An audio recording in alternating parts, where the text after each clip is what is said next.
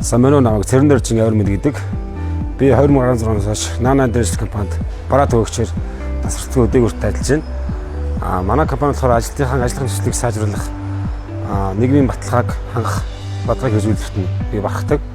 Мөн компанида үр бүтээлтэй татвар шууршлагтай ажилласыг маань үнэлж, сарын шилдэг ажилтан, оноо шилдэг ажилтан, мөн салбарын яамны хүндэт тэмдэг сонгогдсон байгаа.